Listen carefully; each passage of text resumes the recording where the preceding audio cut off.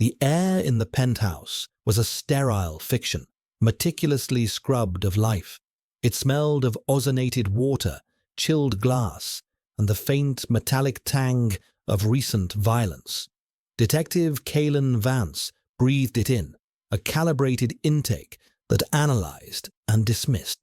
The scent of blood was a vulgar intrusion, a loud, organic stain on the pristine silence of the room. It was thick and coppery, clinging to the white marble floors and the impossibly white furniture. His boots, regulation-issue synth leather, made no sound as he moved deeper into the tableau. Forensics drones hummed like sterile insects, their blue sensor lights striping the walls in rhythmic, indifferent sweeps. Everything was data. The angle of the body, the spatter velocity, the temperature differential between the corpse and the ambient air. He processed it all with the cool, detached efficiency that had made him the Bureau's most decorated alpha detective. It was a language he understood better than words. Then he saw him, curled in the far corner of the sprawling room beside a floor-to-ceiling window that looked out onto the city's glittering, indifferent spine, was an anomaly, a variable the data streams had not prepared him for. The boy, he couldn't be much older than 20, was drenched in the same blood that painted the floor, but his own skin was a pale, unbroken canvas beneath the crimson. He wore the simple grey tunic of a corporate ward, the fabric dark and heavy where it was soaked. He did not look at the body of Dr. Aris Thorne, the murdered geneticist from Ethel Corporation. He did not look at the humming drones or the grim-faced officers securing the perimeter. He stared at his own hands, held open in his lap, as if they were foreign objects he had only just discovered. Kalen approached, his movements a study in controlled force. The other officers gave him a wide berth. They knew his process. They knew the intensity of his focus, the unnerving stillness that preceded a break in a case. But this was different. As he drew closer, he extended his senses, searching for the one biological marker that defined every interaction in their stratified society: scent. There was nothing. He could smell the victim's terror, a sour, faded note beneath the blood. He could smell the faint, anxious perspiration of the junior officer by the door. He could smell the city itself, a distant whisper of ionized air and recycled nutrients.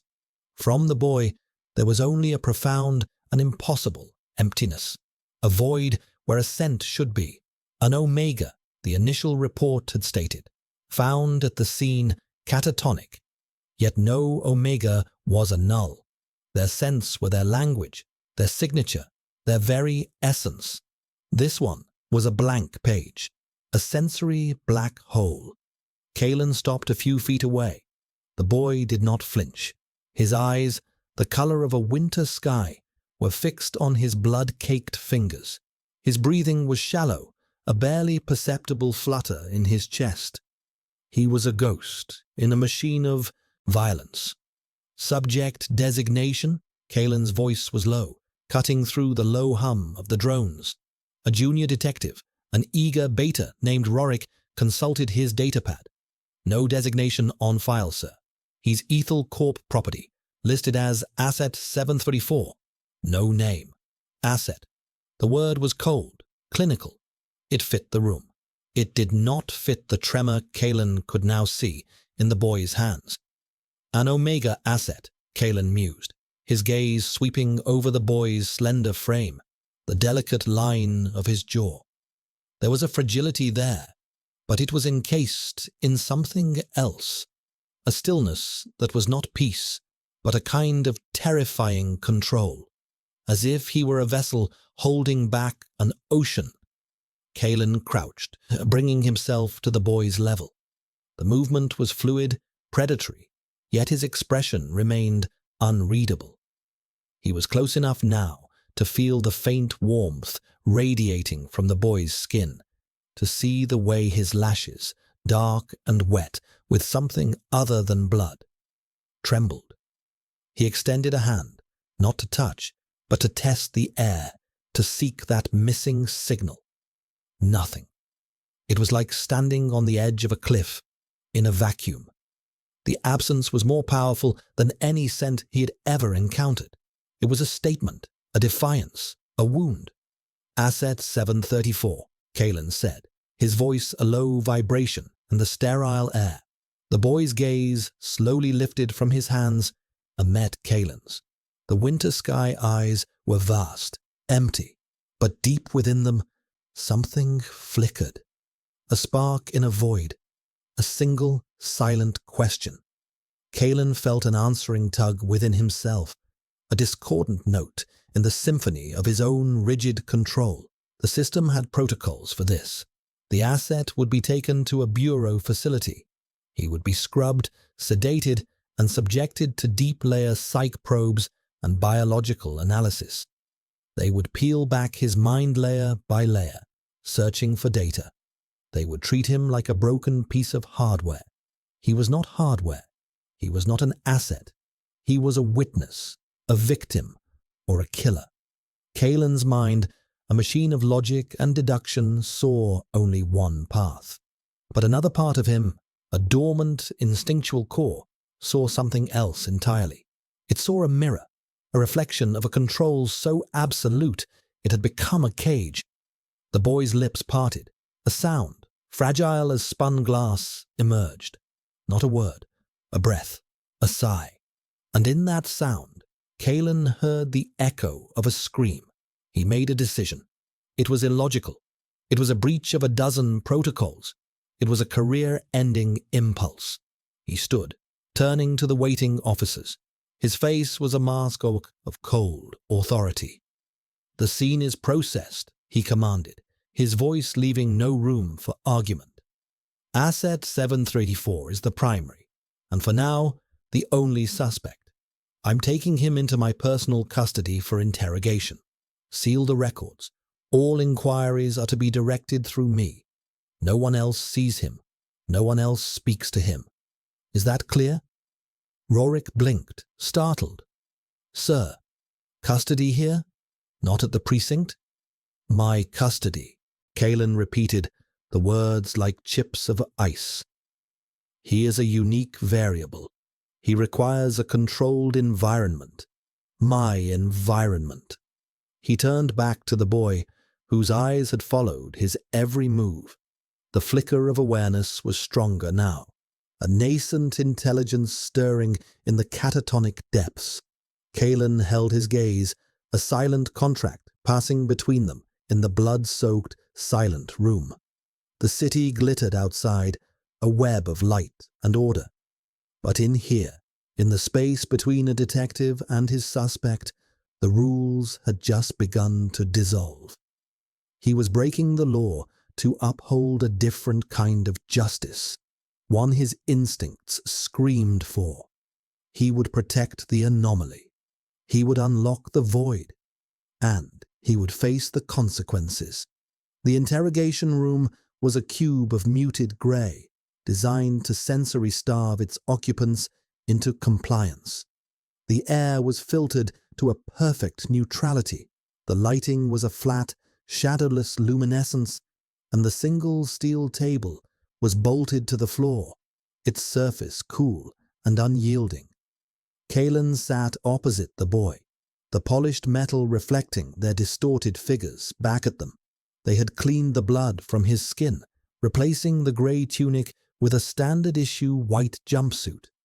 The effect was to make him seem even more ethereal, a line drawing against the monochromatic background. His scentless state persisted, a disquieting vacuum in the small, sealed room. 2 hours had passed in near silence since Kalen had brought him in, a silence broken only by the almost inaudible hum of the room's climate control. Kalen had not asked a single question. He simply watched. He observed the minute twitches of the boy's fingers The slow, rhythmic blink of his eyes, the way his throat moved with each swallow. He was mapping the silence, learning its contours. This was not an interrogation of facts. Not yet. It was an interrogation of the soul. Finally, he spoke. "They call you Asset 734. The words were quiet, a simple statement of fact. The boy did not react, his gaze fixed on a point somewhere over Kalen's left shoulder. His stillness was a shield, thick and seamless. "Is that what you call yourself?" Kalen continued, his tone even, patient. A predator's patience. A flicker. The boy's eyes shifted, meeting Kalen's for a brief, electric moment before darting away. It was enough. A response, a crack in the facade. "Ethel Corporation records are thorough," Kalen said, leaning forward slightly, his presence subtly filling the space between them. "They detail your biological markers, your nutrient intake, your sleep cycles. They have logged every metric of your existence, but they have no name for you." He paused, letting the weight of the word hang in the air. Name. A thing of identity, of self, the antithesis of asset. The boy's hands, resting on the table, curled into loose fists. The knuckles were white. "Did Dr. Thorne give you a name?" The question was a scalpel, precise and sharp. It was aimed at the heart of the trauma. The body on the floor. The blood. The boy flinched. It was a microscopic movement, a tightening of the muscles around his eyes. But in the sterile silence, it was a thunderclap. His breath hitched. Kalen felt a grim satisfaction mixed with something else, something uncomfortably close to empathy. He was getting closer. He was also causing pain. The two were often inseparable in his line of work. A chime sounded softly, and the door to the observation room slid open. Director Mathis stood there, her severe face etched with impatience. She was a woman carved from the same granite as the bureau itself, a high-ranking alpha whose scent of crisp ozone and sterile linen always preceded her. "Detective Vance," she said, her voice sharp. "A word." Kalen rose without haste, his movements economical. He gave the boy one last, unreadable look before stepping into the darkened observation room. The one-way glass rendered the boy a specimen under a microscope. "What is the meaning of this, Kalen?" Mathis demanded, her voice low. 2 hours, and you haven't even run a preliminary bioscan. Ethel is screaming for their property back. They claim he's unstable, a failed prototype. "He's my suspect, Director," Kalen replied calmly, his eyes still on the boy in the other room. "And he is the key to Thorne's murder. Ethel's involvement is a certainty. Rushing this will only allow them to bury it. He is a scentless Omega, Kalen, a biological impossibility. He needs to be in a containment lab, not in your interrogation suite. Protocol dictates. Protocol is insufficient for this situation," Kalen cut in, his voice dropping, taking on a hard edge that few ever heard. "His catatonia is a defense mechanism. A standard psych probe would shatter him, and any evidence he holds would be lost.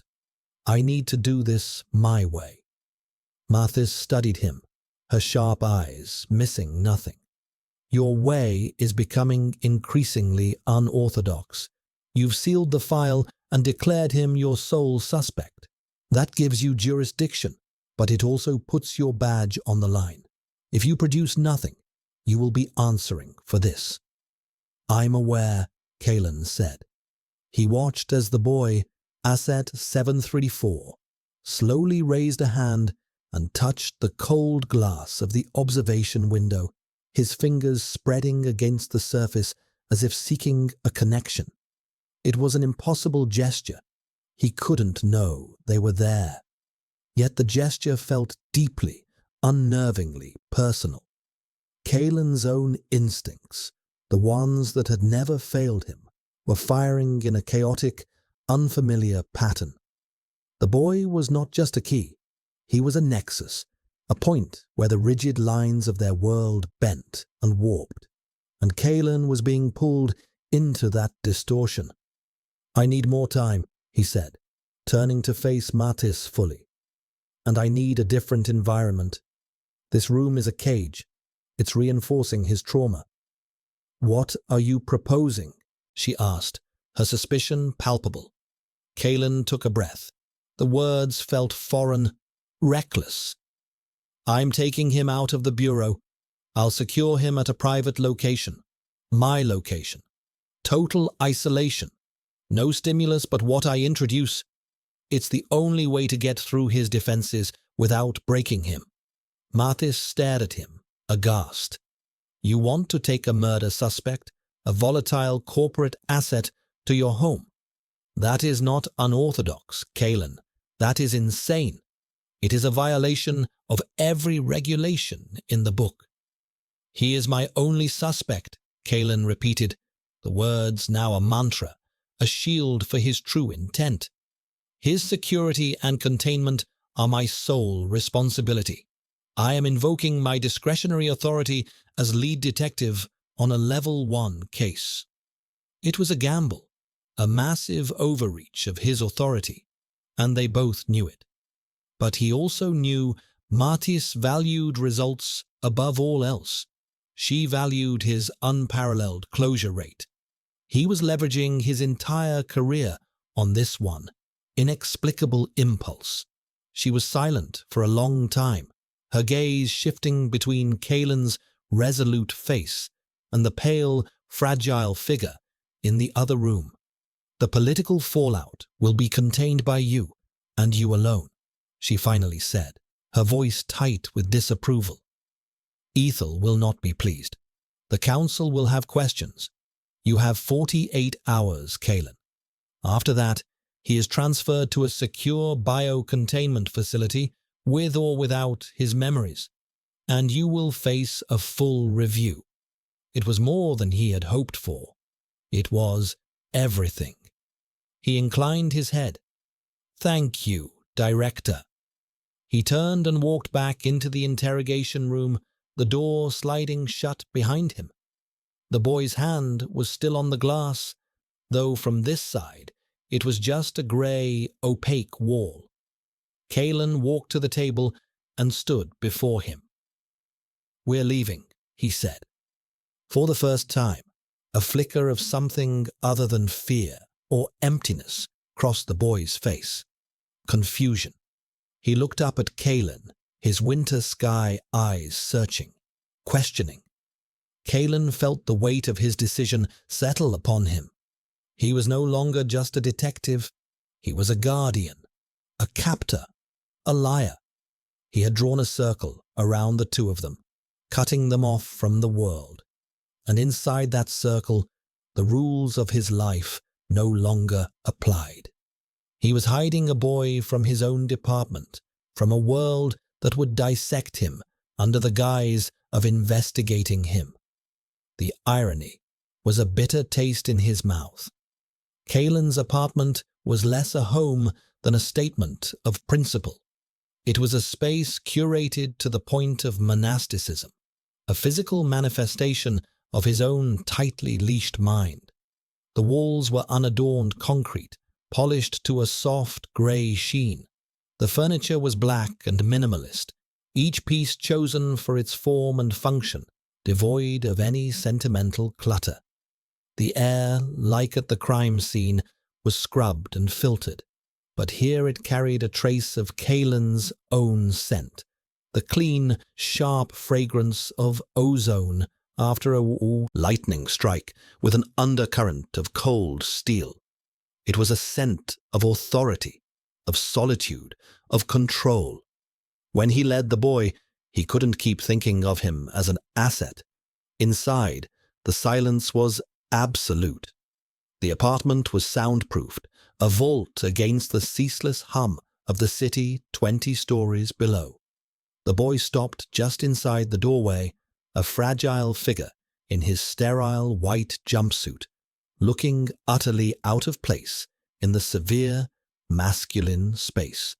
He stood perfectly still, his head tilted slightly, as if listening to a sound only he could hear. His senses, Kalen surmised, were accustomed to the controlled, predictable stimuli of a laboratory. This place, in its utter lack of sensory noise, might be as jarring as a physical blow. "You will stay here," Kalen stated, his voice even. It was an order, but it lacked the harshness of a command.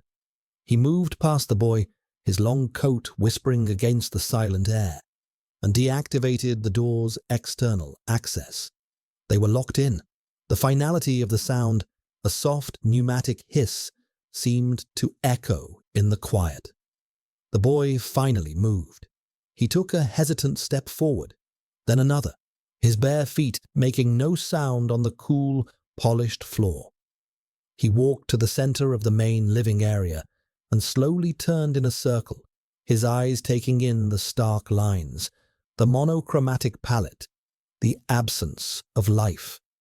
There were no plants, no pictures, no books left out. Everything was concealed behind seamless panels.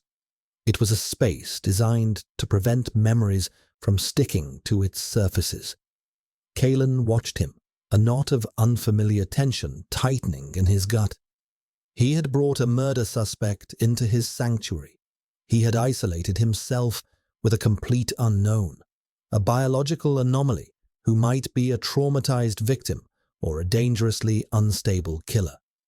The risk was monumental.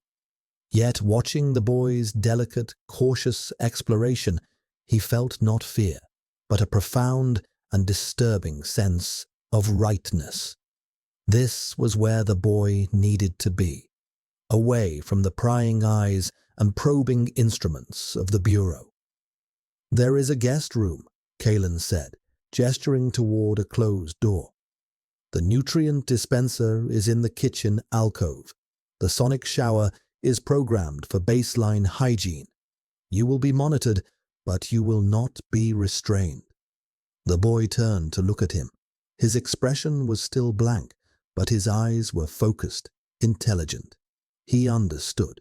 He was a prisoner, but one granted a strange and intimate kind of freedom within these four walls. Kalen felt the need to fill the silence, a rare impulse for him. "My name is Kalen Vance." He offered the information without prompting, a small, deliberate crack in his professional armor. It was a test. The boy blinked slowly. His lips parted, and for a moment, Kalen thought he might speak. Instead, he simply gave a slow, almost imperceptible nod. He had received the data, filed it away. Kalen felt a pang of frustration. He needed to break through the layers of conditioning, the trauma, the silence. He needed a reaction. He needed a name. "What did Dr. Thorne call you?" he asked again, his voice softer this time, less like an interrogator and more like he wasn't sure what. The boy's gaze dropped to the floor.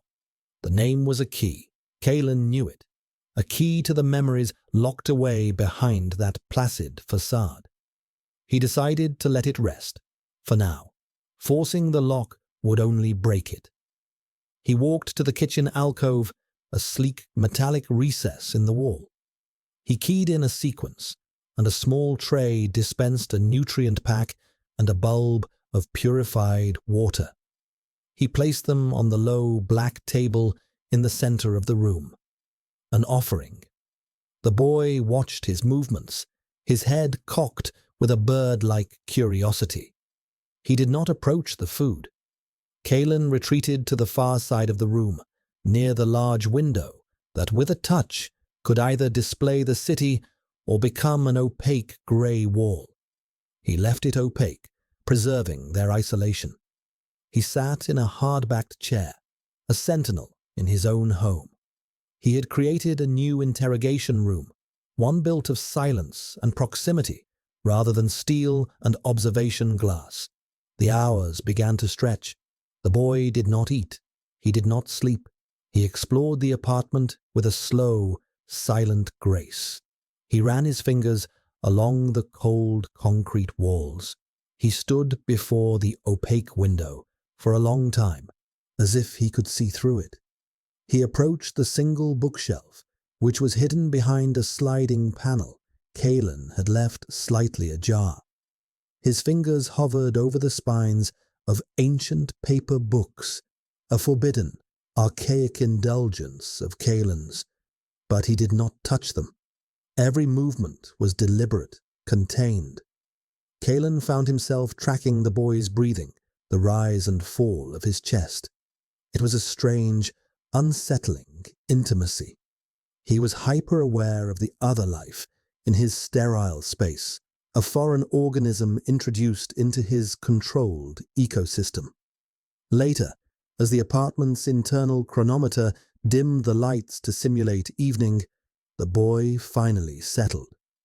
He did not go to the guest room Kalen had indicated.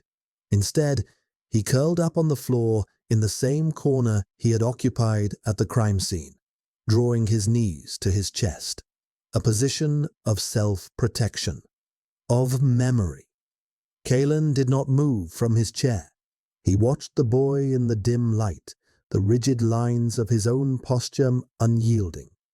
He had brought the crime scene home with him. He had willingly caged himself with the ghost that haunted it. He felt the first, faint stirrings of a monumental shift within himself.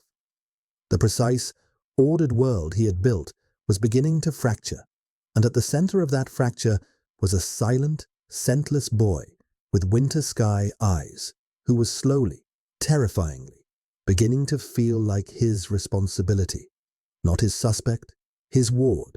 The thought was a heresy against everything he was. He did not dismiss it. The first crack in the silence came not as a word, but as a sound, a low, guttural noise of distress that tore through the apartment's manufactured peace in the depths of the second sleep cycle. Kalen was awake instantly, his senses on high alert. He had not been truly asleep, merely resting in a state of watchful stillness in his own austere bedroom.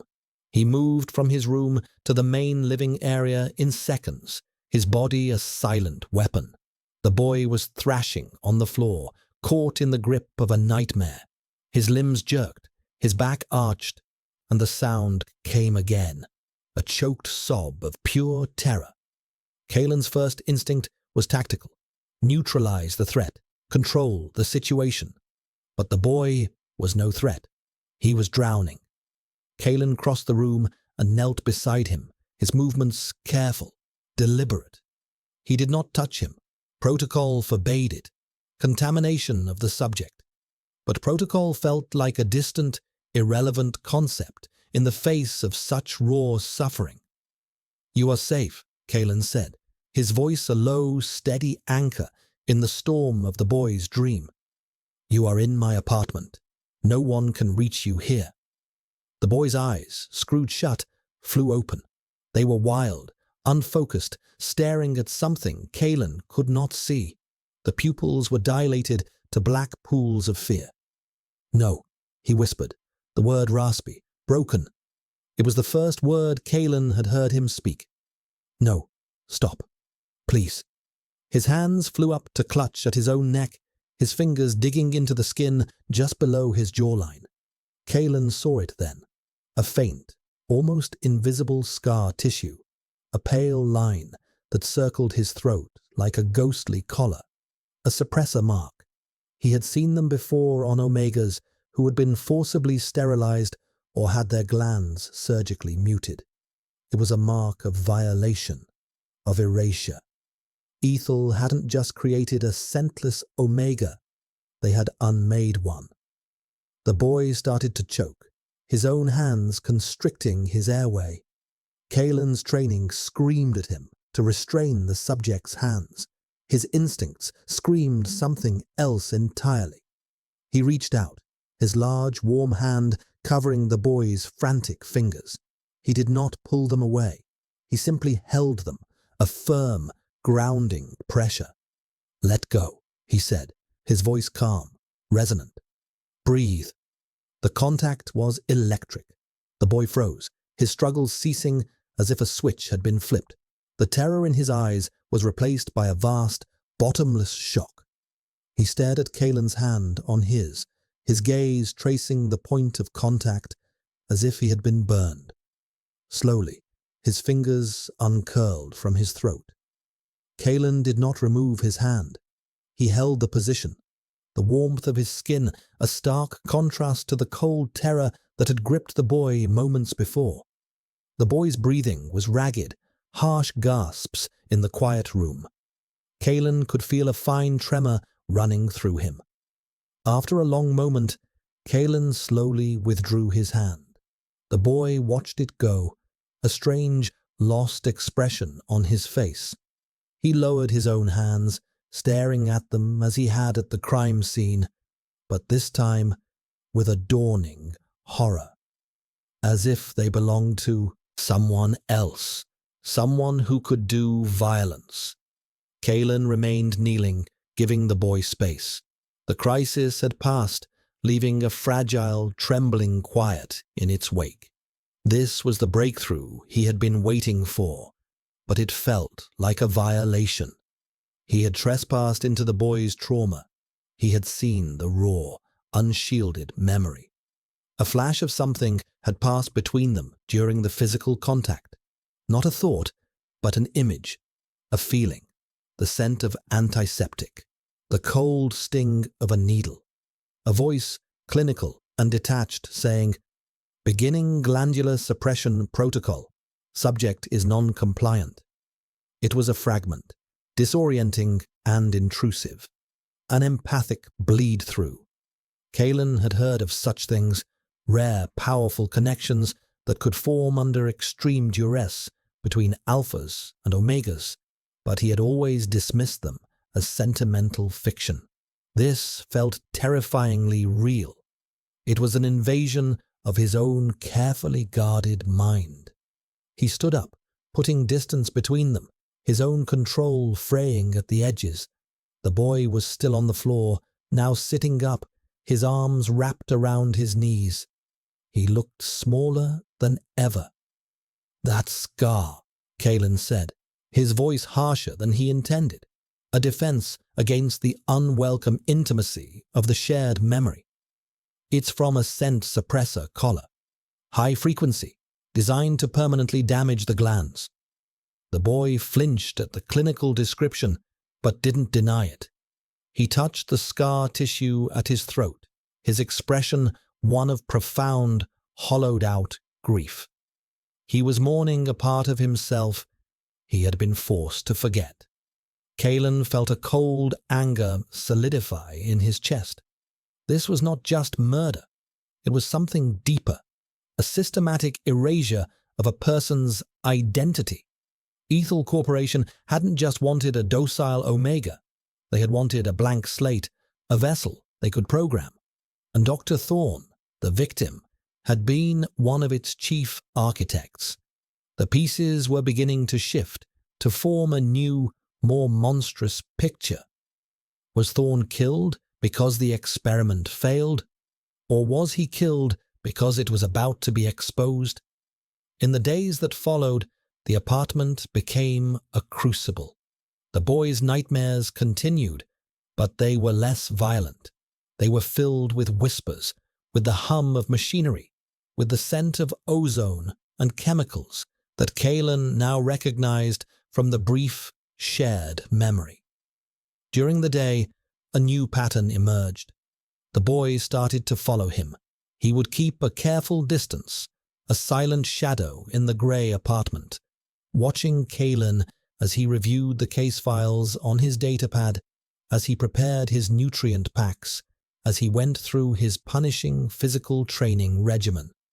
There was a desperate, searching quality to his gaze. He was studying Kalen, trying to understand him, to predict him. He was a creature conditioned to anticipate the actions of his handlers, and Kaelin, against every professional and personal instinct, had become his new handler. The silence between them changed. It was no longer empty. It was filled with 1,000 unspoken questions, with the weight of shared trauma and an unnerving, burgeoning connection. Kaelin felt it like a low-frequency hum beneath his skin, a constant awareness of the boy's presence, his emotional state. He was losing his objectivity. He was becoming compromised, and he found, to his profound dismay, that he did not care. He just wanted the boy to have a name. The pressure from the outside world began to intrude, hairline cracks in the hermetic seal of Kaelin's apartment. Director Mathis's 48-hour deadline came and went, marked only by a terse, encrypted message on Kaelin's datapad. Report now. Kaelin responded with a single, calculated phrase. Progress is being made. Subject is unstable. Relocation is inadvisable. It was a lie and a truth, a careful manipulation of the facts. He was buying time, but he knew the currency was his own career. Every hour he kept the boy hidden, the debt grew larger. His primary contact at the bureau, the beta detective Rorik, sent messages that were more anxious. Sir, Ethel Corp has filed a formal grievance. They're claiming illegal seizure of their property. They're invoking the Corporate Sovereignty Act. Kaelin ignored it. Let them file. Let them scream. It was noise. The signal was here, in the apartment, in the silent boy's haunted eyes. He spent his time poring over the encrypted Ethel files he had managed to download from the crime scene before sealing the case. Most of it was heavily redacted, dense with technical jargon and corporate legalese. But Kaelin was an expert at reading the spaces between the words. He cross-referenced personnel files, project timelines, and budgetary reports. A pattern emerged. Project Chimera, a Black Book initiative headed by none other than Dr. Aris Thorne. Its objective, the stabilization and enhancement of the Omega biological profile for optimized social integration. It was corporate doublespeak for creating a more compliant, controllable Omega class. Asset 734 was listed as the sole viable outcome of the project.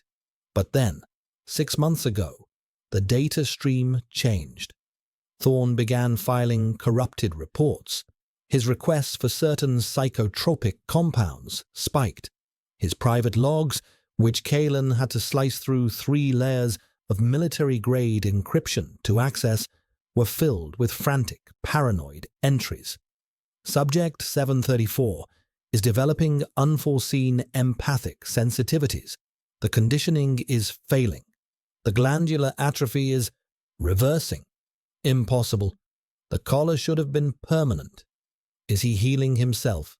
Kaelin looked up from his datapad, his gaze finding the boy who was sitting on the floor across the room, watching him with that unnerving, silent intensity. Healing himself. The idea was absurd, a biological fantasy. Yet looking at the resilience in that fragile frame, the flicker of fierce intelligence that was growing brighter each day, Kaelin didn't entirely dismiss it. Thorne's final entry, dated the day of his murder, was the most chilling. He needs to get out. They know he's waking up. The failsafe protocols are unacceptable. I have to get him out. I gave him a name. He has to remember his name. A name. The key. Kaelin set the datapad aside and rose, moving to the kitchen alcove. He prepared 2 nutrient packs this time, setting one on the table as usual. The other he held in his hand. He walked over to the boy and crouched down, holding it out. A direct offering. A breach of the distance he had so carefully maintained. The boy stared at the nutrient pack, then up at Kaelin. His eyes were wide, questioning. He had still not eaten, his body running on some terrifying reserve of energy. "You need to eat," Kalen said, his voice quiet. The boy did not take it. His gaze was fixed on Kalen's face, searching. Kalen sighed, a sound of faint exasperation. He opened the pack himself and held it to the boy's lips. It was an act of profound intimacy, something he would never have imagined himself doing. It felt both clinical and deeply personal, like tending to a wounded, wild animal that might bite at any moment. The boy flinched but didn't pull away. A drop of the nutrient paste touched his lips. His eyes fluttered shut. Kalen felt another one of those disorienting flashes, a psychic echo from the boy's mind. Cold, the taste of chemicals, forced feeding, a tube down his throat. Pain. Kalen pulled his hand back, as if burned, his own control shattering. He hadn't just offered food. He had triggered a memory of torture. The boy's eyes opened, and they were filled with a liquid, unshed sorrow. A single tear traced a path down his pale cheek. "I'm sorry," Kalen said, the words feeling clumsy, inadequate. He had hurt him. He had been trying to help, but he had hurt him. He set the pack down on the floor and retreated, his mind reeling from the shared trauma. The boy was a minefield of pain, and Kalen was stumbling through it blind. He felt a surge of rage, cold and pure, directed at Ethel, at Thorn, at the entire system that could create a being and then break it so completely. He turned his back, staring at the opaque grey window, his fists clenched at his sides. He was failing.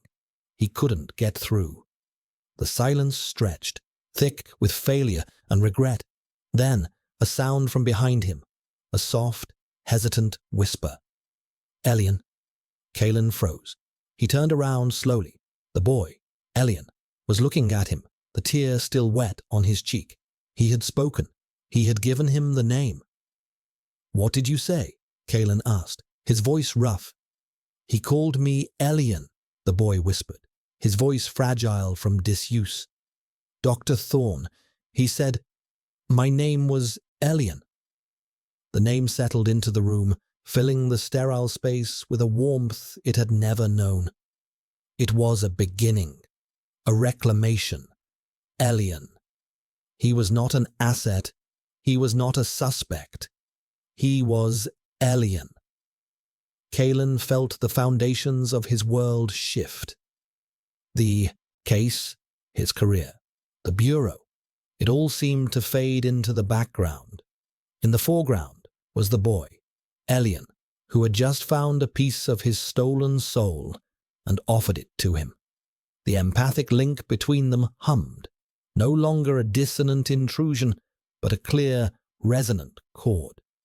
Kalen felt a ghost of Elian's relief, the profound, earth-shattering importance of that single word. And Elian, in turn, must have felt Kalen's reaction, the sudden, fierce wave of protectiveness that washed over him, an alpha instinct so powerful it almost brought him to his knees. He knew, in that moment, that he would not be returning Elian to the bureau. He would not be handing him over to Ethel. He had crossed a line from which there was no return. He was no longer hiding a suspect. He was protecting a person. His person. The realization was as terrifying as it was absolute. He had to get them out. Not just out of the apartment, but out of the city, out of the system's reach entirely. The plan began to form in his mind, desperate and dangerous.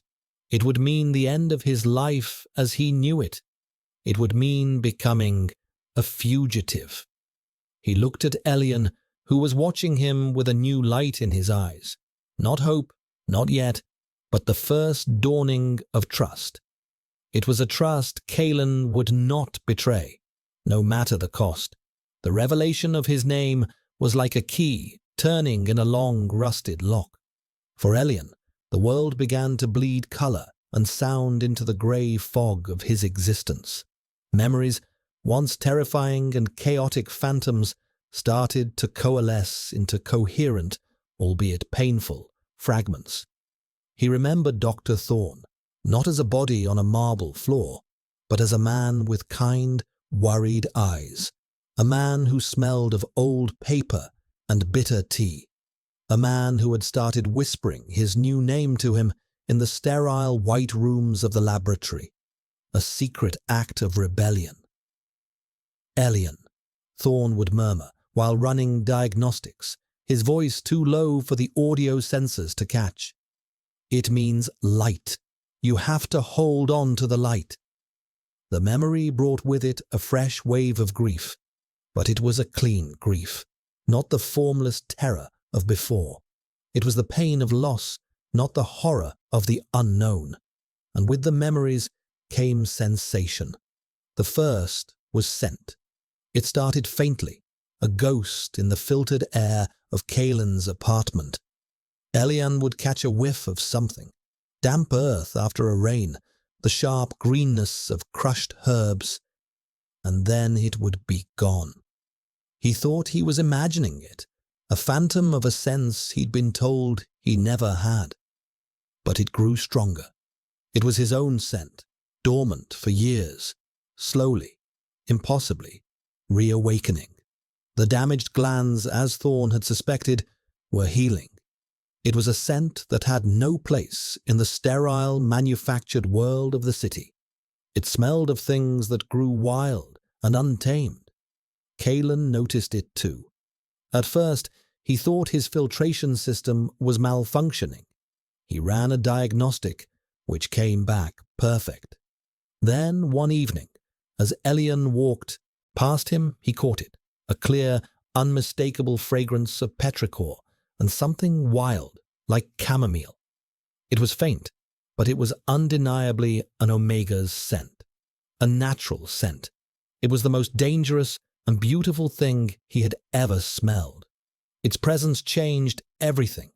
A scentless Omega was a corporate anomaly, a piece of property.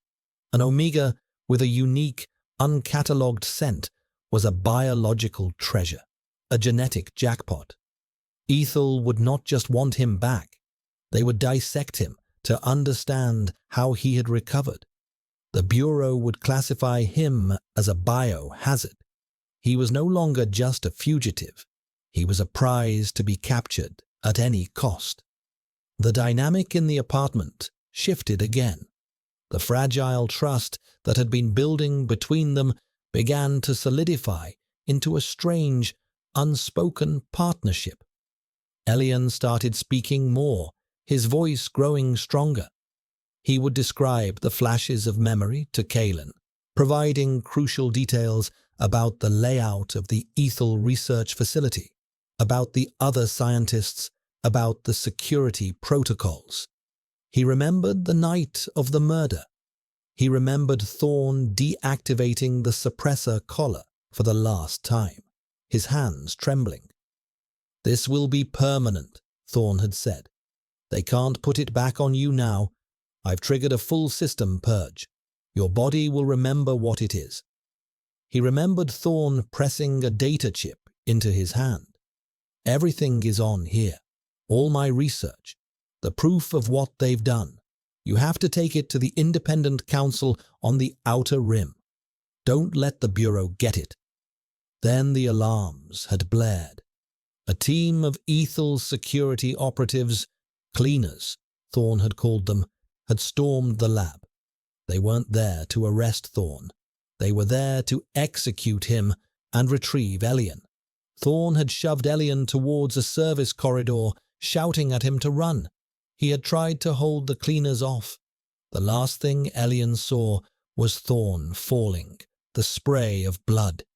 He hadn't been covered in it by accident. Thorne had, in his last moments, shielded him. Elian had run, but the trauma and the sudden, violent reawakening of his senses had overwhelmed him.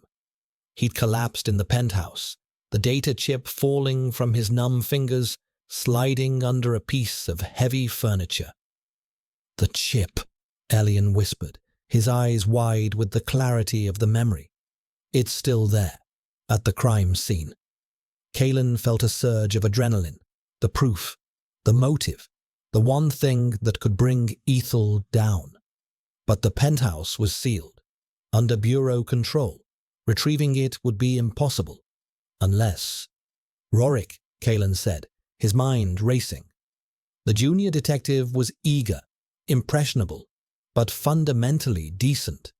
He had questioned the official narrative. Kalen had seen it in his eyes. He could be trusted.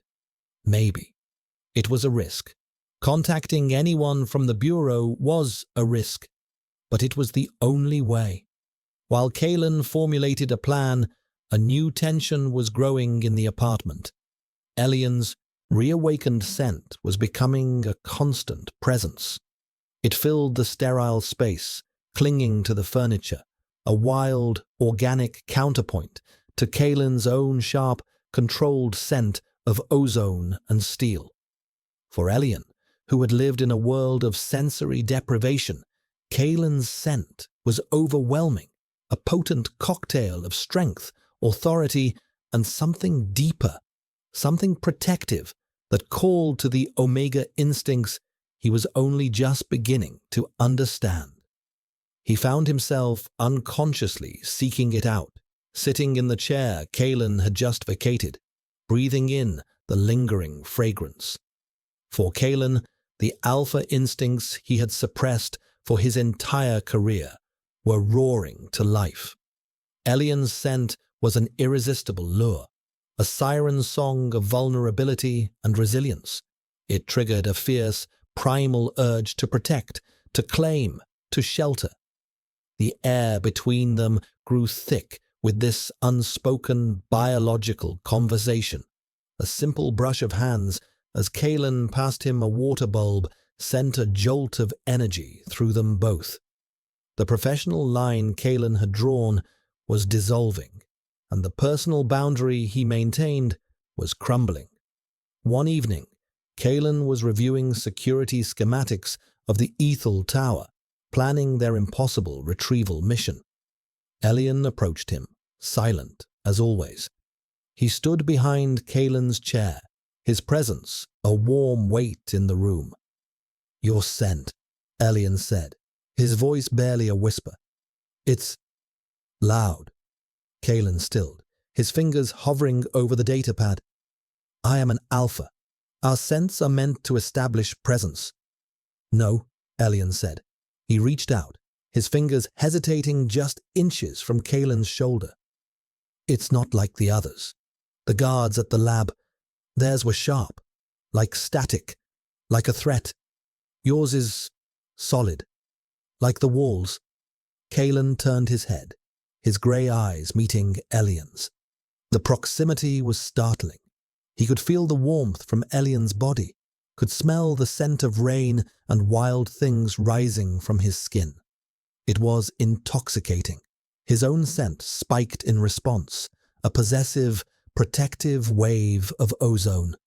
He saw Elian's pupils dilate, his lips part on a soft, indrawn breath. The empathic link flared, and Kalen was flooded with what Elian was feeling.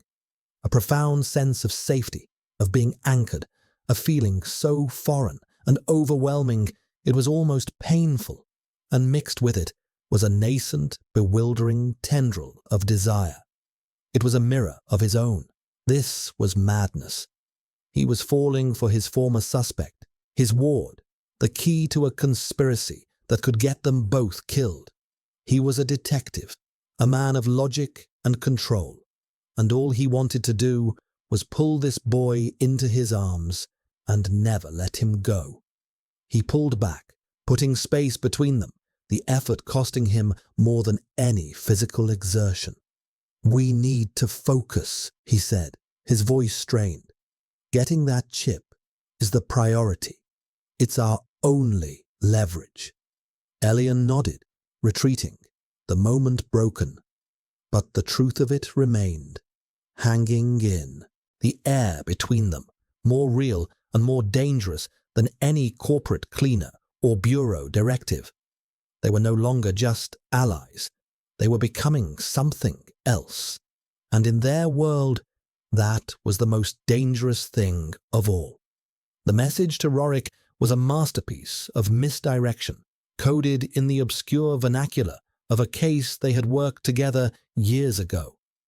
It requested a secondary, off-the-books sweep for trace particulates at the Thorn crime scene, citing a new, flimsy lead that Kalen had fabricated. He designated a specific grid coordinate for the sweep, the area under the heavy credenza, where Elian said the chip had fallen. He appended a personal note. "My career on the line, Rorik. Trust me." He could only hope the boy's innate decency and loyalty would outweigh his adherence to protocol. For 24 agonizing hours, there was no reply. The silence from the outside world felt heavier than ever. Inside the apartment, the atmosphere was charged.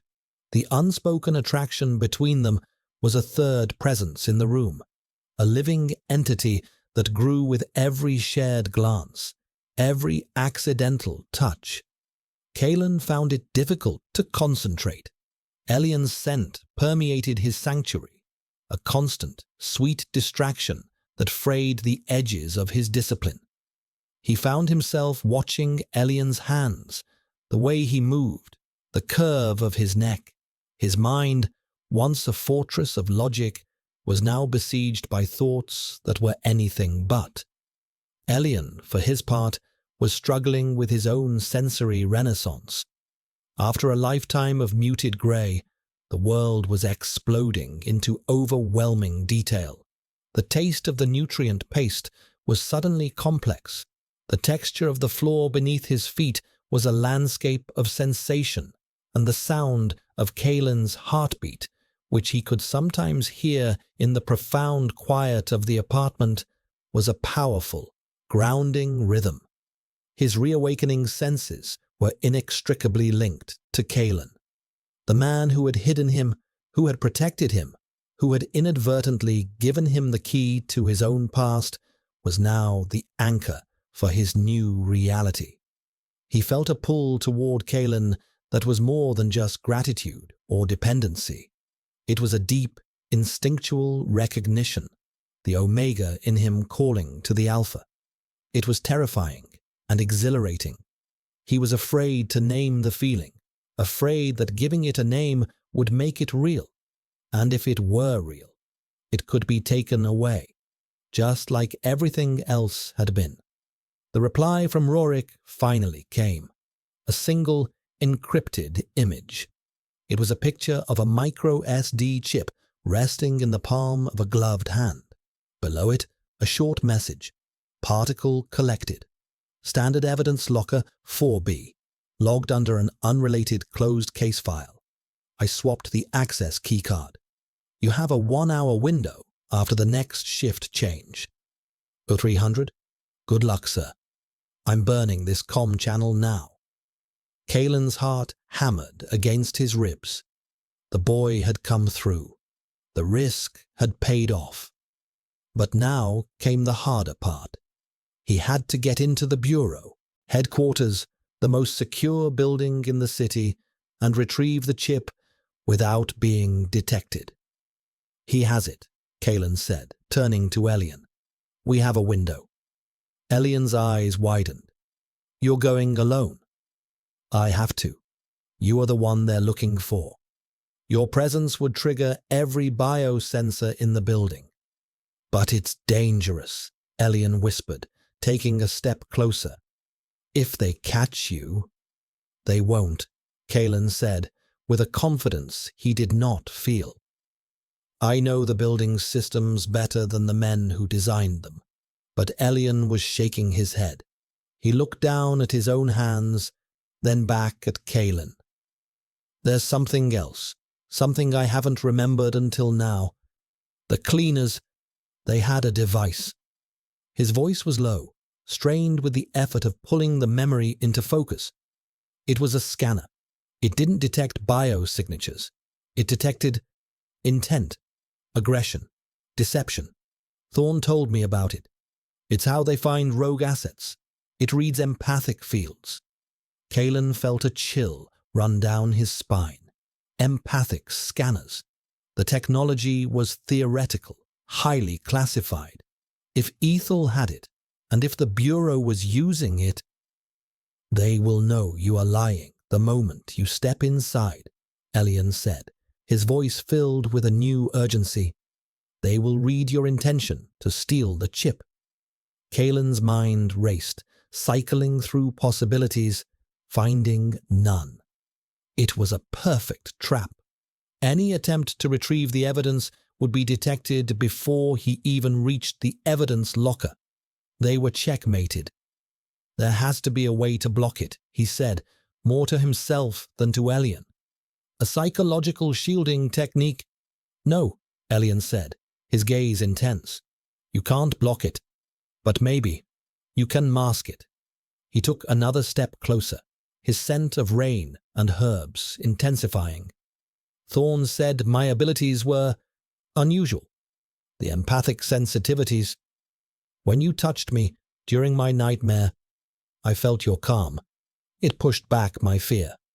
Kalen stared at him, understanding dawning. The empathic bleed-through, the connection that had formed between them. It wasn't just a one-way street. What are you suggesting? He asked, his voice barely a whisper. I can project, Elian said, the words uncertain, as if he were discovering the idea as he spoke it. I can feel what you feel. Maybe I can give you something else to feel, something that will hide what you're really doing. He was proposing a level of empathic connection Kalen had never imagined possible, a merging of their emotional states. It would require a proximity and a level of trust that was terrifying. It would mean opening his mind completely to Elian, letting him in past all the walls, all the defenses he had spent a lifetime building. I can give you my calm, Elian whispered, now standing directly in front of him. He slowly raised his hands and placed them on Kalen's chest, right over his heart. The touch was light, tentative, but it sent a shockwave through Kalen's system. I can fill your head with silence, with emptiness, the way it was for me. There will be no intent for them to read. You will be a ghost. Kalen looked down at Elian's hands on his chest, then up into his wide, sincere eyes. He could feel the boy's fear, but also his resolve. He was no longer a passive victim. He was offering to use the very abilities that had been born from his trauma as a shield. Kalen's own heart was a frantic, chaotic drum against Elian's palms. The risk was astronomical. If Elian's control slipped for even a second, Kalen would be exposed. But looking into his eyes, Kalen knew he was right. It was their only chance. All right, Kalen said, his voice thick. He covered Elian's hands with his own, pressing them more firmly against his chest. Show me. The connection slammed into place. It was not a gentle merging, but a tidal wave. Kalen's world dissolved into a maelstrom of Elian's sensations. The scent of ozone from Kalen's own skin amplified 1,000 times. The low hum of the apartment systems, now a roaring symphony. The feeling of Kalen's coarse uniform fabric under his palms, a universe of texture. And through it all, Kalen felt Elian's consciousness, a brave and fragile light, reaching for him, surrounding him, and beginning, painstakingly, to pour silence into the storm of his mind. The infiltration of the Bureau was like moving through a dream. Kalen's body went through the motions with the flawless precision of years of training, but his mind was an empty vessel. It was a deeply unnerving sensation. He was aware of his actions, keying in his access code, nodding to the night shift guards, walking the long, sterile corridors, but it was all happening at a distance, as if he were watching a film of himself. The roaring anxiety, the hypervigilance, the constant calculation that normally defined him were gone. In their place was a profound and placid stillness, a silence, Elian's silence. Back in the apartment, Elian was in a trance. He sat on the floor, his eyes closed, his entire being focused on the thin, shimmering thread of connection that stretched between him and Kaelan. It was the hardest thing he had ever done. He had to pour his own conditioned emptiness, the legacy of his years at Ethel, down that empathic channel. He had to become a shield, using the trauma that had almost destroyed him as a weapon. He could feel Kaelan's presence at the other end of the line, a bright, powerful flame of alpha energy. He had to surround that flame with his own cool grey fog, masking its heat and light. He could feel Kaelan's progress through the building as a series of faint sensory impressions. The slight drop in temperature in the subterranean levels, the scent of floor polish and recycled air, the faint rhythmic pulse of the building's central data core. And he could feel the scanners. They were like cold, invisible searchlights sweeping through the corridors. He felt them pass over Kaelan's shielded consciousness, probing, searching for any flicker of aberrant intent.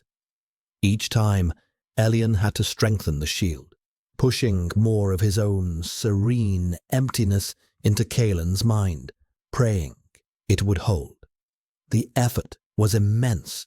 It left him trembling, sweat beading on his forehead. He was walking a razor's edge. If his concentration broke, Kaelan would be discovered instantly. Kaelan reached the evidence division. The air here was colder, smelling of plastic and ozone. He walked to locker 4B, his movements fluid and unhurried. He swiped the keycard Rorik had swapped for him. A green light blinked. The lock disengaged with a soft click. His hand did not tremble as he reached inside and retrieved the small, sealed evidence bag. The chip was inside, a dark speck of data that held their entire future. He pocketed it. He had the prize.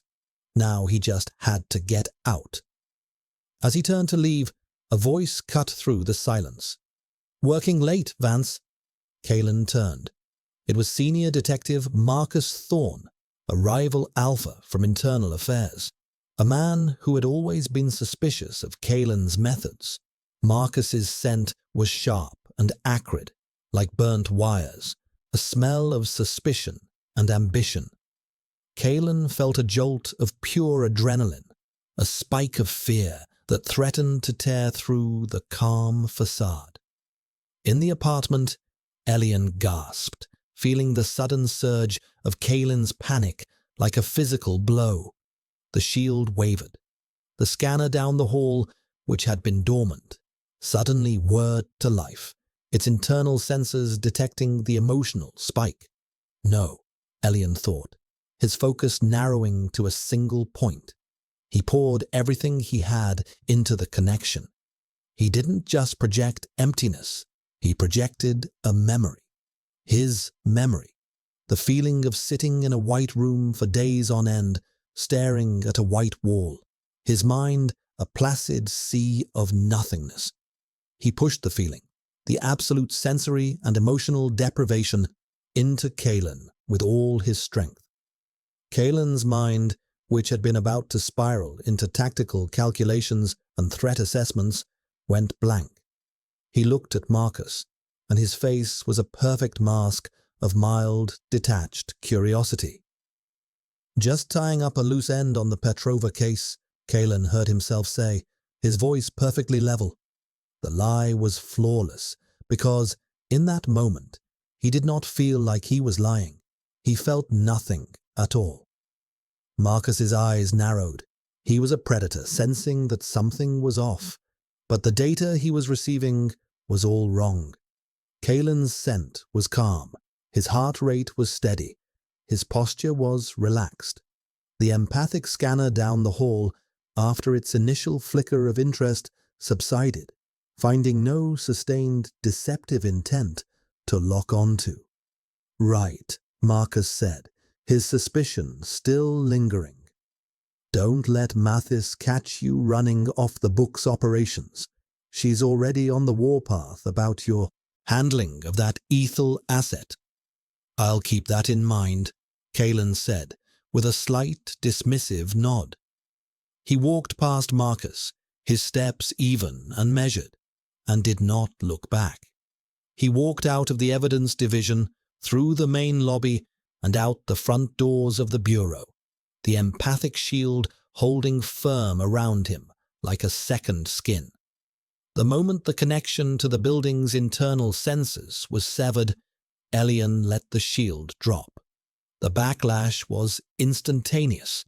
Kalen stumbled on the street, the sudden return of his own emotions, the terror, the adrenaline, the triumphant thrill, hitting him with the force of a physical impact. He leaned against the cold wall of the building, his breath coming in harsh gasps, his heart hammering against his ribs. He was drenched in a cold sweat. He touched the pocket where the chip lay, the small, hard object, a grounding reality.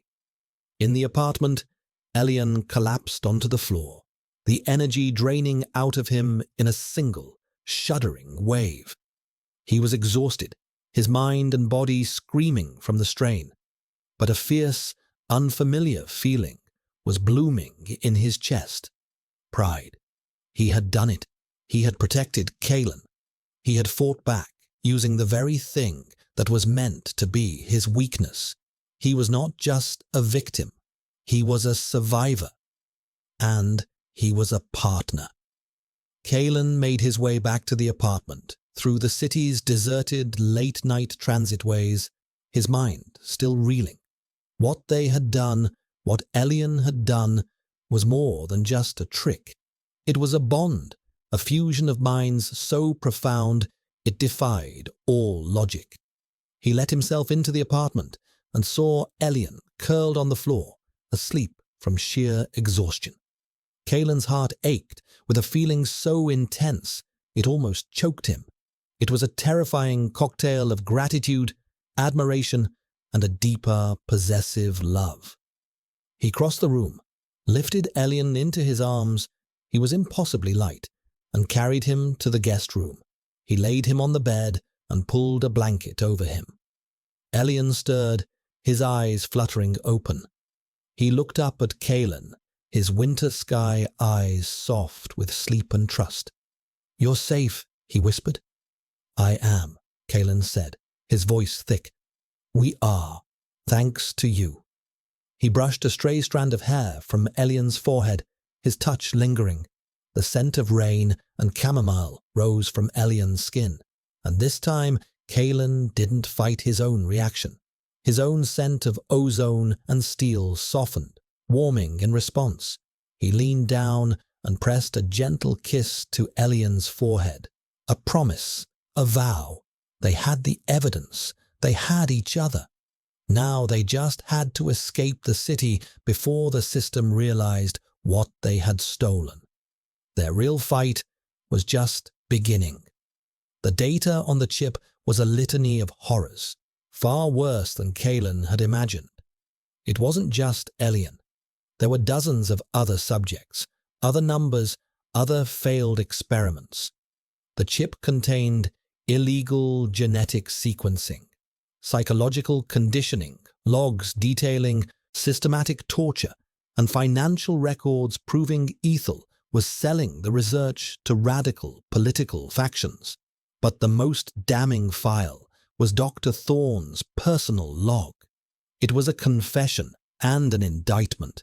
He detailed his own complicity, his growing horror, and his final decision to rebel. He confirmed that the Ethel cleaners operated with the tacit approval of certain high-ranking bureau officials. Director Mathis's name was on the list. Kalen felt the blood drain from his face. He hadn't just been hiding Elian from Aethel, he had been hiding him from his own corrupt command. Mathis hadn't given him 48 hours out of respect for his methods.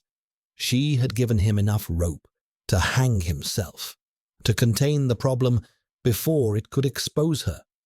The entire bureau was compromised. There was no one they could trust. The city was a cage, and the walls were closing in faster than he had thought. They had to run. Kalen had contingency plans for every imaginable scenario. He was a man who lived his life 3 steps ahead. He had a ghost identity, a hidden cache of untraceable currency, and a transport route mapped out that would bypass all major checkpoints. He had created it years ago as a theoretical exercise, a way to test his own knowledge of the system's weaknesses. He never imagined he would one day use it to save his own life. "We leave tonight," Kalen said, his voice grim. He showed Elian the data, shielding him from the worst of it, but giving him enough to understand the stakes. Elian absorbed the information with a quiet, somber maturity. The boy who had been a catatonic victim only days ago was gone. In his place was a young man with a core of tempered steel. "Where will we go?" Elian asked. "The Outer Rim," Kalen replied, echoing Thorn's last instructions. "It's outside the direct jurisdiction of the central government. The data will mean something there. We can find a ship at the peripheral freight yards." They prepared in silence, a seamless, efficient team. Kalen packed a tactical bag with essentials, a burner comm unit, medkit, energy rations, and a sidearm.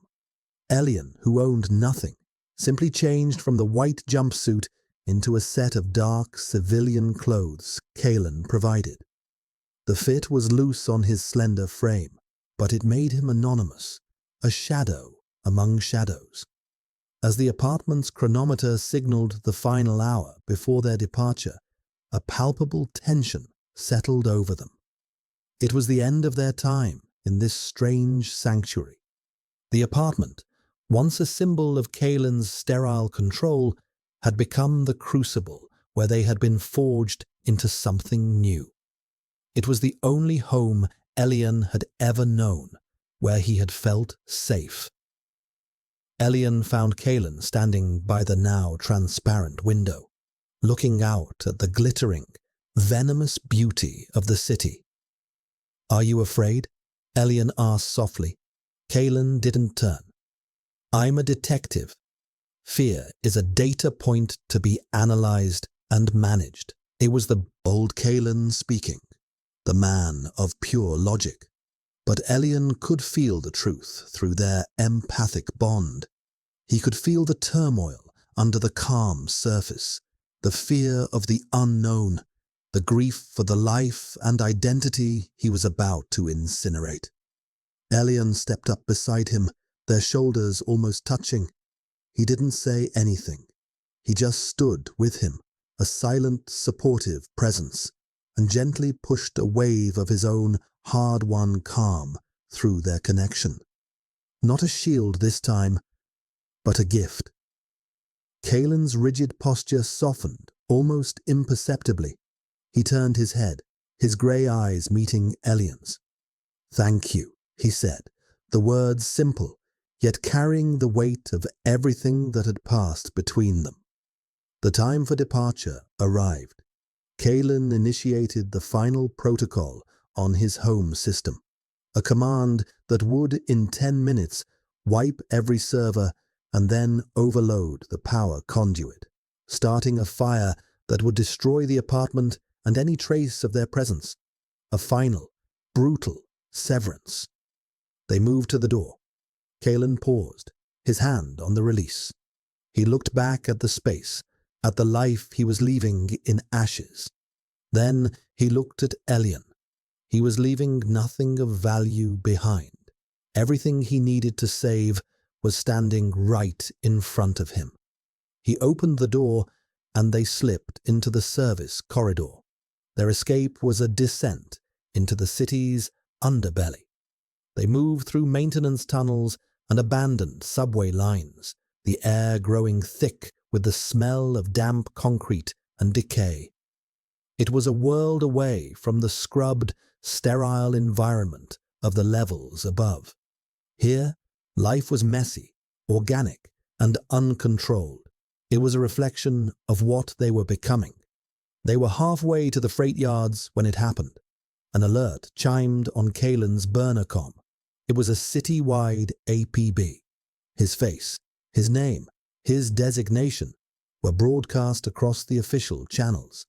He was declared a rogue agent, wanted for treason and the murder of Dr. Aris Thorne. They had pinned it all on him, and beside his picture was another, a computer-generated composite of Ilian, described as a dangerous, unstable Omega accomplice. A kill-on-sight order was authorized for them both. "They know," Kalen breathed, the words like ice. "Mathis didn't wait. She's burning us." Ahead of them, the tunnel was suddenly flooded with light. The high-pitched whine of Bureau-issue pursuit drones echoed off the damp walls. They were trapped. Kalen instinctively drew his weapon, pushing Elian behind him. His mind went into tactical mode, assessing angles, calculating odds.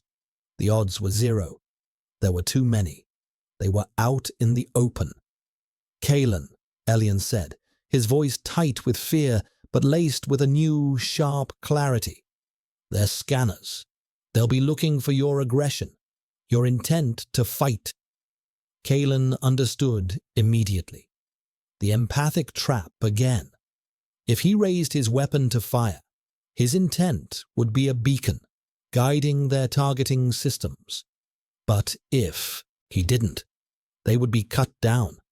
It was a perfect tactical dilemma. "There's another way," Elian said, his hand gripping Kalen's arm. "Don't fight. Don't run. Just stand still." "That's suicide," Kalen snarled, his protective instincts screaming at him to act. "Trust me," Elian insisted, his eyes boring into Kalen's. "Please, trust me one more time." Kalen stared at him, at the absolute conviction on his face. He had trusted him in the Bureau. He had to trust him now. He slowly, agonizingly, lowered his weapon. The drones swooped closer, their red targeting lasers painting dots on their chests. Kalen's every muscle screamed to react, to fight, to protect. It was the hardest thing he had ever done, to stand still and accept death. "Close your eyes," Elian whispered. He pressed himself against Kalen's back, wrapping his arms around his chest, his hands splaying over Kalen's heart. He pressed his face between Kalen's shoulder blades. It was an embrace of complete vulnerability, of absolute surrender. And then Elian opened his mind. He didn't project emptiness this time. He didn't project calm. He projected a memory. But it wasn't his memory. It was the memory he had plucked from Kalen's own mind during one of their first connections. A flicker of a past Kalen had long buried. The memory of Kalen as a child, sitting by a lake in the rain, feeling a moment of perfect, untroubled peace. A moment before the Bureau, before the training, before the walls had gone up around his heart. Elian took that single, pure moment of peace and amplified it, projecting it outward with all his strength.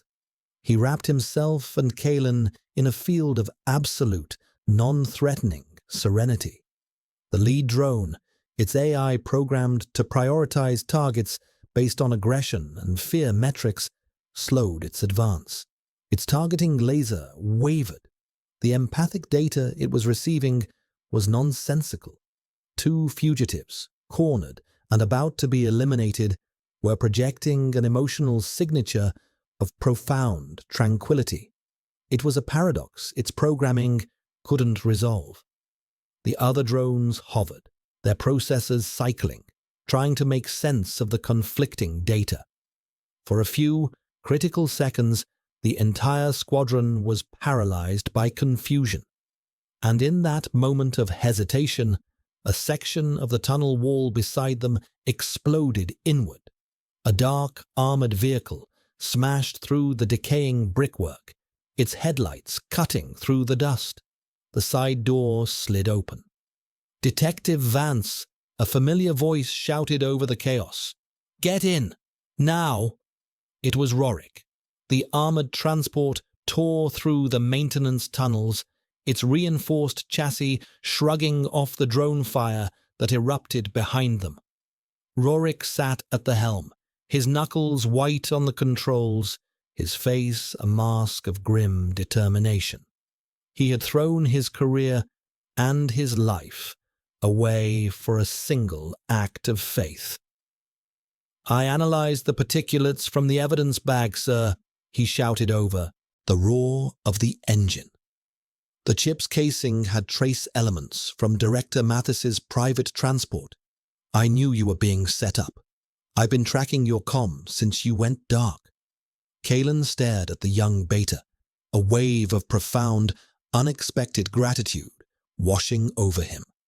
He had been so used to his solitude, to relying on no one, that he had forgotten the power of loyalty.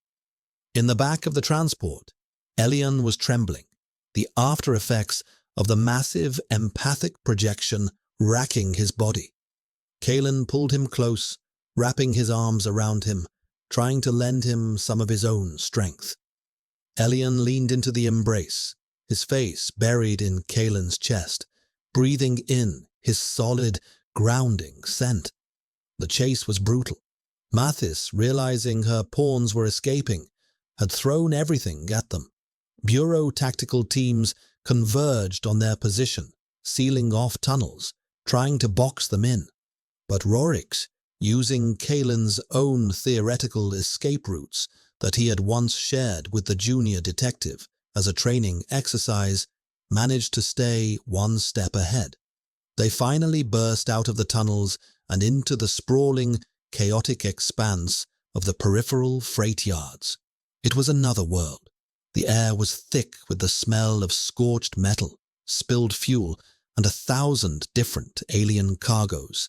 Towering, rust-streaked freight haulers stood silent like sleeping giants under the dim sodium vapor lights. "There," Rorik said, pointing to a battered, mid-sized cargo ship, the Stardust Drifter. "The captain owes me a favor, a big one. She'll take you to the rim. No questions asked." He brought the transport to a screeching halt behind a stack of shipping containers, the ship's boarding ramp just 50 yards away. But as they prepared to make a run for it, a new set of headlights flooded the area. It wasn't the Bureau. It was a sleek, black corporate vehicle. Ethel. The doors slid open and a team of cleaners, clad in black tactical gear, emerged. And with them was Director Mathis. She stood there, her face cold and impassive in the harsh lights, a perfect embodiment of the corrupt system she served. "This ends now, Kalen," she called out, her voice amplified. "Hand over the asset and the data chip, and I might let your junior detective live." Kalen looked from Mathis to Rorik, then to Elian. This was the final gambit. He had the chip. They had the numbers. It was a stalemate.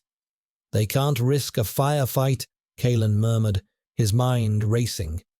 "It would draw too much attention and expose them. They want to negotiate." "Don't do it, sir," Rorik said, his hand on his sidearm. "She's lying." "I know," Kalen said. He looked at Elian, whose eyes were fixed on Mathis, a new kind of fire in their depths. The fear was gone, replaced by a cold, hard anger. He was no longer just a survivor. He was a fighter. "Kalen," Elian said, his voice low but clear. "The scanners, they're still active. They're using them to read our intent." He closed his eyes for a moment, concentrating. Martis, she's afraid, terrified. She's bluffing. The cleaners are under orders not to damage me. I'm too valuable. The information was a lightning bolt, a chink in their armor. Kalen formulated a new, desperate plan. It was insane. It was all they had. Rorik, when I give the signal, get to the ship. Don't wait for us, Kalen commanded. He then turned to Elian. Can you do it again? The projection? Elian nodded, his expression resolute. What do you need? Not calm, not peace, Kalen said, his voice dropping to a whisper. I need you to project what she's feeling. Project her own terror, right at her cleaners. It was a brilliant, vicious strategy, to turn their own weapon against them, to sow chaos in their ranks by making them feel the raw, unfiltered panic of their commander. I can do that, Elian said, a grim smile touching his lips for the first time. Kalen took a deep breath. He opened the transport door and stepped out into the open, his hands raised in a gesture of surrender. Elian followed, staying close behind him. A wise choice, detective, Martis said, a smug look on her face. Kalen began to walk slowly toward her, Elian a pace behind. The cleaners tensed, their weapons trained on him. Just give me the chip, Kalen, Martis said, and we can end this. They were 20 feet away. 10. Kalen locked eyes with her. Now, he breathed. Elian's eyes snapped open, and they seemed to glow with an inner light. He reached out with his mind, not to Kalen this time, but to the ethel cleaners. He didn't shield or soothe. He attacked. He took the terror he could feel rolling off Director Martis, her fear of exposure, of failure, of losing control, and he slammed it, full force, into the minds of her soldiers. The effect was catastrophic. The highly disciplined cleaners suddenly staggered, their aim wavering. Their own empathic scanners, designed to read others, were now feeding them a feedback loop of their commander's panic. They felt a sudden, overwhelming certainty that they were walking into a trap, that they were about to be betrayed, that their own lives were forfeit, their cohesion shattered. One of them turned his weapon on his squadmate, screaming incoherently. Another simply dropped his rifle and ran. In the chaos, Mathis's face contorted with disbelief and rage. Kalen seized the moment. He lunged forward, not at Mathis, but past her, grabbing Elian's hand and pulling him into a dead sprint for the ship's ramp. Rorik, seeing his chance, floored the transport's accelerator, ramming the ethel vehicle and creating a fiery barricade. Gunfire erupted wildly as the disoriented cleaners began shooting at shadows. Kalen and Elian raced up the ramp of the Stardust Drifter, the heavy metal door already beginning to hiss shut behind them. Kalen risked a look back. He saw Mathis standing amidst the chaos, her face a mask of pure fury, screaming orders that no one was following. He saw Rorik bail out of the transport just before it exploded, scrambling for cover. He had given them their chance. They were clear. The ramp sealed with a deafening clang, plunging them into the dimly lit cargo hold. The ship's engines roared to life, a deep vibration that shook the entire deck. They were lifting off. They were free. Kalen stood there, his chest heaving, his hand still gripping Elian's. Elian leaned against him, his strength finally giving out, the adrenaline and the mental effort leaving him drained but victorious. Outside, the sounds of sirens and gunfire faded as they ascended, leaving the corrupt, glittering city behind. They had done it. They had escaped the cage. They looked at each other in the dim light of the cargo hold, their faces smudged with dirt and lit by the glow of their impossible victory. The silence that fell between them was not empty. It was filled with relief, with exhaustion, and with the profound, unspoken truth of what they had become to each other. They were not detective and suspect, not guardian and ward.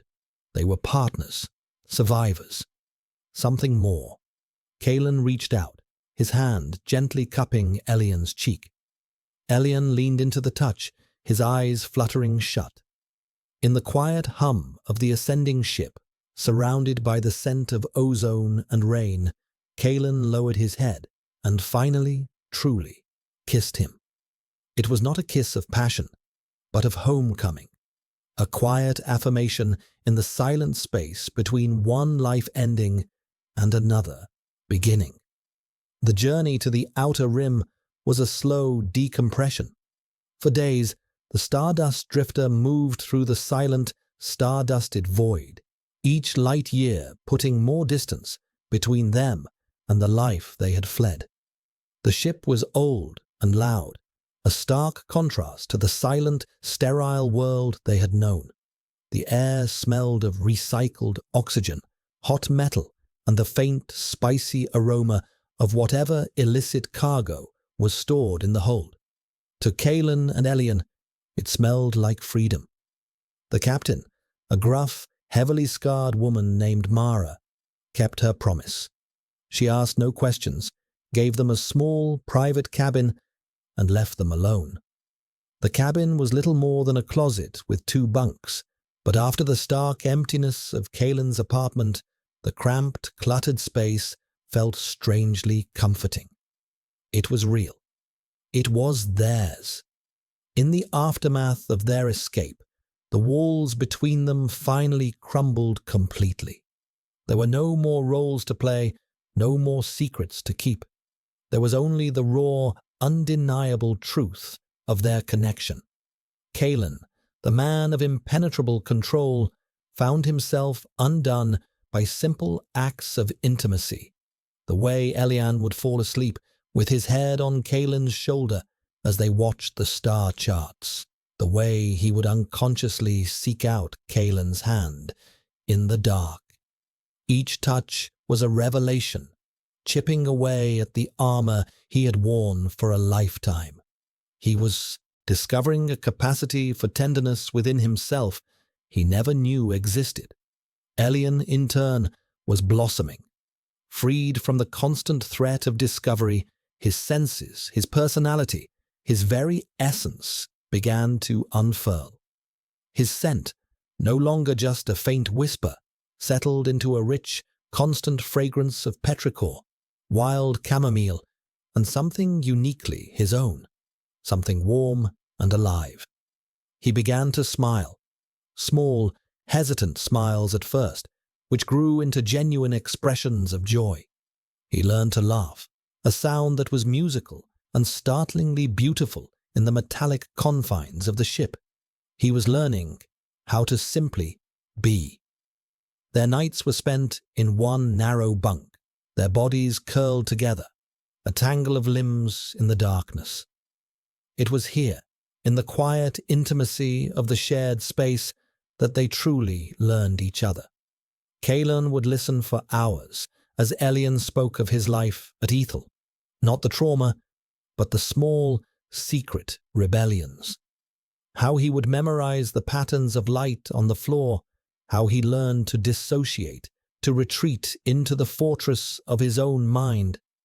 Kalen, in turn, found himself sharing pieces of his own past. He spoke of the rigid, loveless upbringing that had shaped him, the relentless pressure to become the perfect alpha, the crushing loneliness of his success. They were 2 sides of the same coin, both victims of a system that demanded conformity, that punished deviation. One had been broken physically, the other emotionally. Together, they were beginning to heal. One cycle, as they lay tangled together, watching the slow swirl of a distant nebula through the cabin's small viewport, Elian grew quiet. "What happens when we get to the rim?" he asked, his voice a soft murmur against Kalen's chest. "What happens with the chip?" Kalen held him a little tighter. "We give it to the council. We expose Aethel and Mathis. We seek justice." "And after?" Elian pressed. "After the justice?" Kalen was silent for a moment.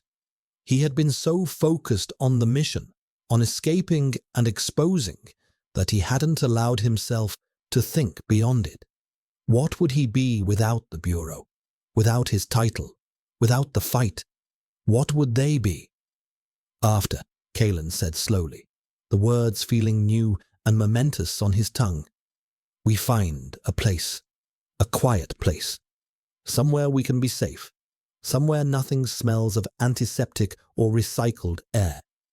Elian lifted his head to look at him, his eyes shining in the dim light. "And what will you do? You won't be a detective anymore." "No," Kalen agreed. He reached up and gently touched Elian's face, his thumb tracing the line of his jaw. "I won't be a detective. I'll just be Kalen." He paused. "And I will be with you." The simple declaration was more powerful than any vow.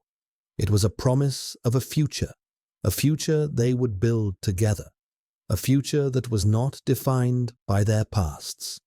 Elian's scent bloomed, a wave of profound happiness and relief that filled the small cabin. He leaned in and kissed Kalen, a deep, searching kiss filled with all the unspoken hope and love that had grown between them. It was a kiss that sealed their new beginning.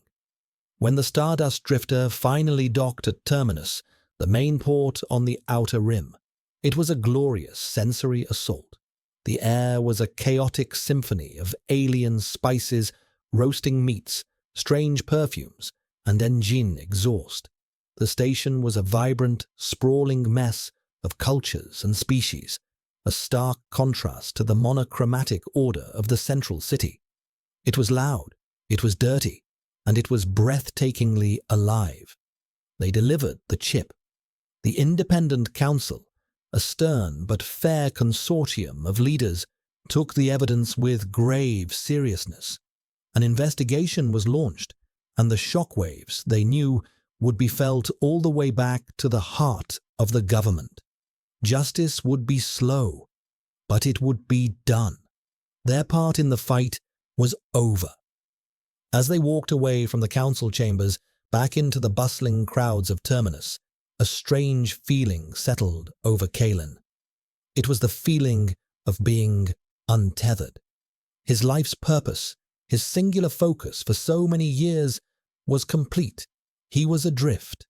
He must have shown it on his face, because Elian stopped and took his hand, his fingers lacing through Kalen's. "Look," Elian said, pointing. Across the promenade, a vendor was selling something Kalen had only ever read about in his archaic paper books. Real flowers. They were a riot of impossible colors, their fragrance cutting through the chaos of the station. Elian pulled him closer, his eyes wide with wonder. He reached out and gently touched a deep blue petal, a look of reverence on his face. Kalen watched him, and the feeling of being adrift vanished, replaced by a deep, certain calm. His purpose wasn't gone. It had just changed. It was no longer about hunting monsters or upholding a broken law. His purpose was standing right next to him, marveling at the beauty of a simple, living thing. Elian turned to him, a radiant smile on his face. His scent was a perfect blend of rain and wild herbs and pure, unadulterated happiness. "It's beautiful," he whispered. Kalen looked from the flowers to Elian's face, at the light in his winter sky eyes. "Yes," he said, his voice filled with a lifetime of unspoken emotion. "You are." He was not a detective.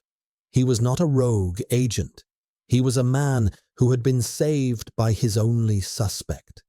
He was Kalen, and he was, finally, home.